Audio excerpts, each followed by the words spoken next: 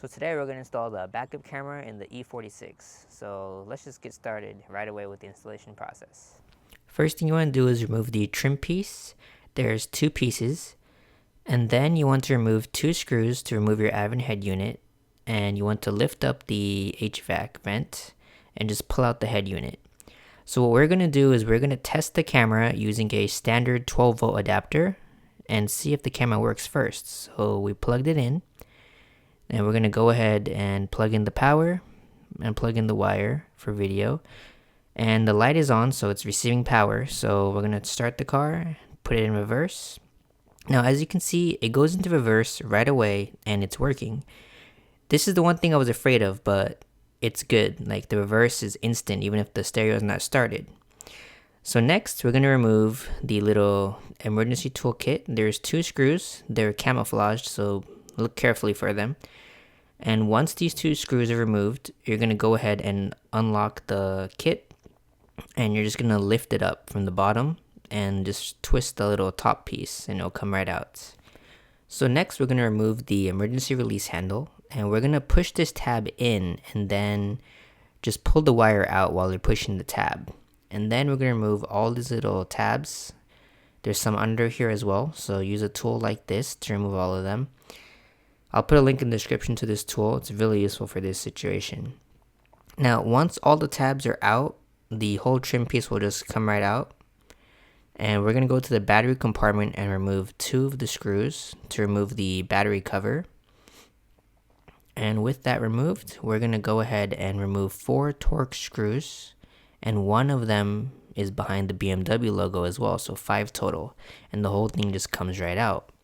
Next, we're going to remove this wire, just push on the tab and it'll slide right out. And next, we're going to remove this plastic piece. So there's 4 tabs, 2 on each side. And once we have this removed, the top cover will come right off. So it's a little bit tough, but it'll come out like this. And I'll also remove the light. So mine doesn't work, so this is perfect. And as you can see, there's rust. And then we're going to remove all the wires. And once the wires are removed, we're going to remove this whole piece here, just 4 tabs like before, and just pull it all out. And then on the opposite side, just remove the metal plate. And then now we're going to test the camera. And as you can see, the camera doesn't fit, so we need to trim some pieces. So we're going to trim this piece right here with the Dremel.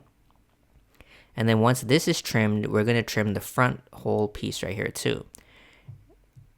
And then once these pieces are trimmed, we're going to put this seal. This comes in the package and we're going to put it on the camera. It's double-sided seal. So first put on the camera, make sure everything fits properly. And once it does, just tighten it to the trim piece. So now we're going to solder. The brown wire is the ground wire. So the black and red will go to brown and then the silver wire will go to the red wire. There's 2, so do be sure to test which one for you is the one that works. For me, it's the one that was further out.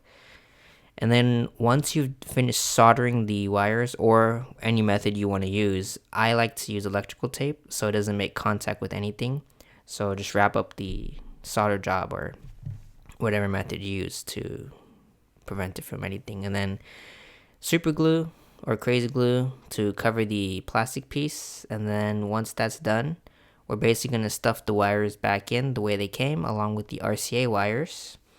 And we're basically going to put in the trim and then tighten all the screws. And now we're just going to tighten everything. You know, you don't need to worry about this wire. Just tape it up or something and just zip tie everything. So I couldn't get my wire to go through the grommet because the RCA wire is pretty thick. So I just put it next to the grommet and zip tied it. If you're going to do this, just make sure the seal is still pretty good so you don't get water into the trunk area and stuff. So as you can see, everything went in perfectly. And then we're going to bring the wire to under the seat. And then from under the seat, it's going to go right to the side under everything. And then now we're going to put the seat back. And this little piece right here, just open up the back clip and then slide it. It'll slide right out. And now we can stuff the wire under the carpet here. So we're going to stuff it under the carpet all the way up to the glove box. And to remove the glove box, there's 6 screws. There's 4 on top and 2 on the sides. Be sure to check the PDF I linked in the description to see where everything is. It tells you where everything's at. And then once it's removed, we're going to just route the wire. Just find a place to stuff it like I did, and then put the glove box back. And then for the clips, just put them in like this and hit them back onto the trim piece. And as you can see, the camera is installed. It looks good. And when I turn on the car and put it in reverse, it'll immediately go into the camera mode.